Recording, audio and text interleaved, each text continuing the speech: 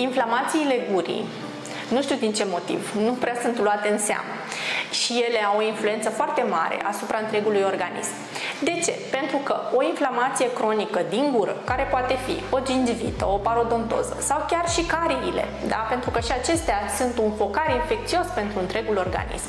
Ei bine, toate acestea generează din partea corpului nostru o reacție imunitară prelungită. Da? El trebuie să lupte continuu cu aceste inflamații și infecții care există în gură. Și atunci, ce se întâmplă? Bineînțeles, la un moment dat se instalează o inflamație cronică în întreg corpul.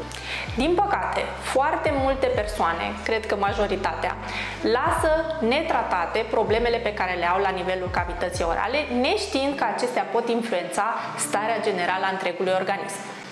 O parodontoză, de exemplu, este un adevărat focar infecțios pentru corpul tău.